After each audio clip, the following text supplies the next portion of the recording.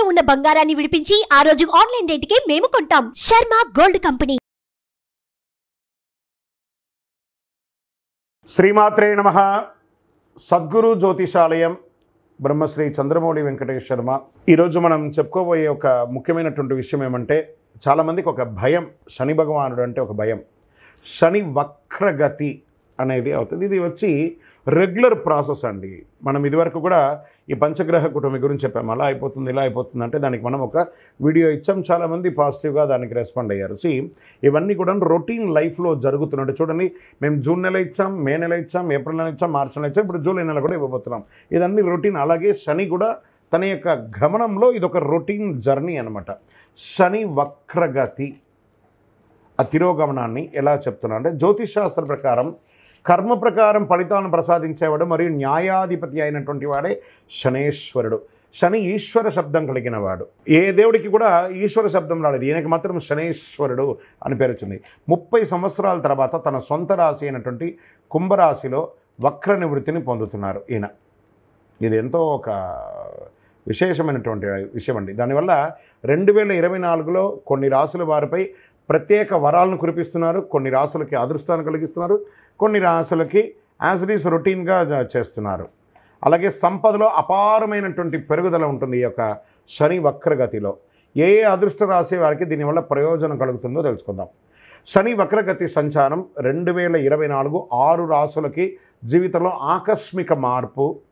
కుంభరాశిలో సంచరిస్తున్న శనిగ్రహం జూలై నుండి నవంబర్ వరకు ఎవరి జీవితంలో ఏ మార్పులు ఉన్నాయో కూడా చూద్దాం.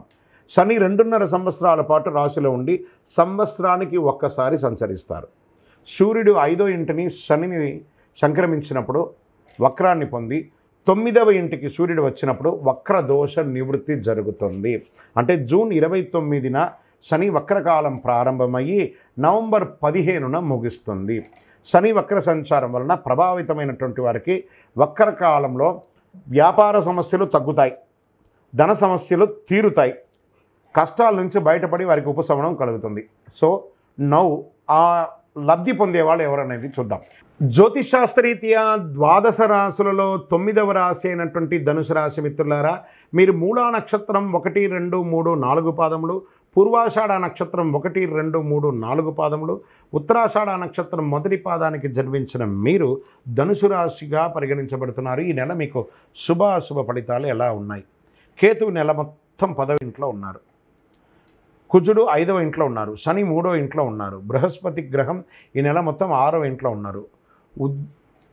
గ్రహాలంతా ఇలా ఉండడం వల్ల ఎలా ఉంటుంది అని అంటే, ఉద్యోగులకి చాలా అప్రమత్తంగా ఉండవలసినటువంటి ఒక నెల.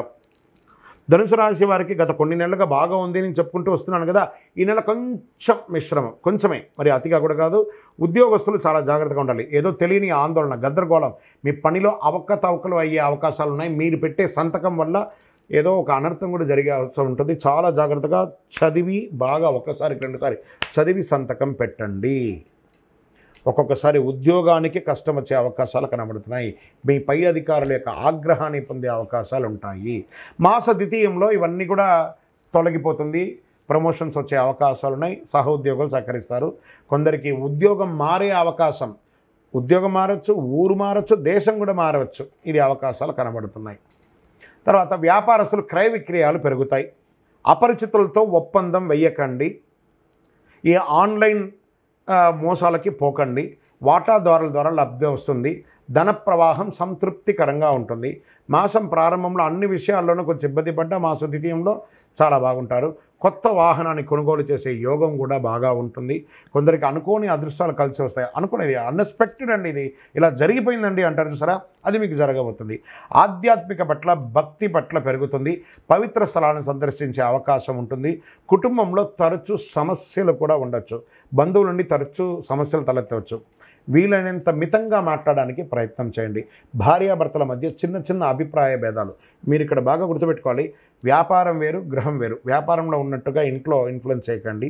ఇంట్లో భార్యాభర్తలు చక్కగా ఉండడానికి ప్రయత్నం చేయండి. మిత్రుల నుండి ఆశించిన సహాయం అందుతుంది. మిత్రుల ద్వారా మలుపు కూడా తిరిగే అవకాశం ఉంది. వ్యాపారం చేసే స్త్రీ లేదా ఉద్యోగం చేసే స్త్రీకి మంచి ఆపర్చునిటీస్ రాబోతున్నాయి.